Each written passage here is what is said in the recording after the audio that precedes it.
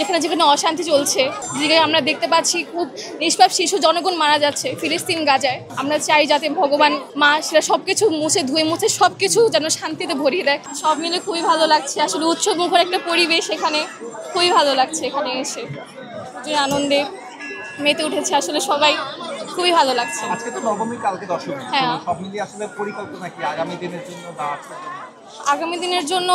মা তো যেহেতু কালকে চলে যাচ্ছেন, মার কাছে এটাই চাওয়া, মা যেন বিশ্বের শান্তিতে ভরিয়ে দিক। যেখানে যেখানে অশান্তি চলছে, যেখানে আমরা দেখতে পাচ্ছি খুব নিষ্পাপ শিশু জনগণ মারা যাচ্ছে ফিলিস্তিন গাজায়।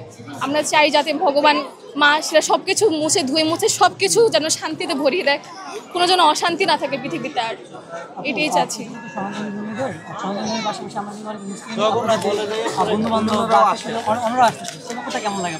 আমার কাছে খুবই ভালো লাগে আসলে উৎসবটা সবাই যে মানিয়ে নিচ্ছে একসাথে, এটাই তো আনন্দ, এটাই তো সব কিছু। আসলে ধর্মটা মেন জিনিস না, আনন্দ করা, তারপর হচ্ছে নতুন নতুন স্মৃতি তৈরি করা, আনন্দের মুহূর্ত তৈরি করা, এটাই আসলে আমাদের সব কিছু ধরতে গেলে। যুগ যুগ ধরে যে সম্প্রীতি বন্ধন আছে, সাম্প্রদায়িক সম্প্রীতি বজায় আছে, সেটি আসলে আপনি কিভাবে দেখেন?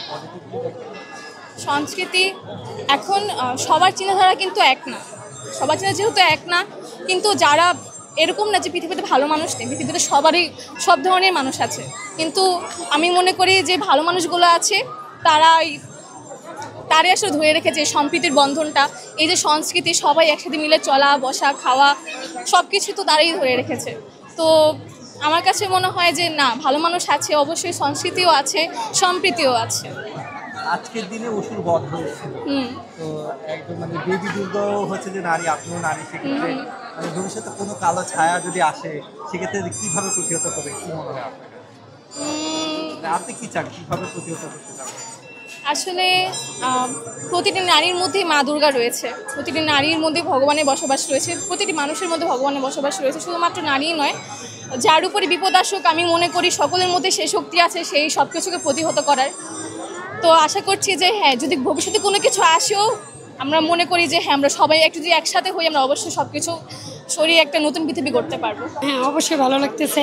1 বছর অপেক্ষার পর আবার আমাদের এই দুর্গা উৎসব ঘুরতেছি মন্দিরের প্রাঙ্গণে, অবশ্যই ভালো লাগতেছে।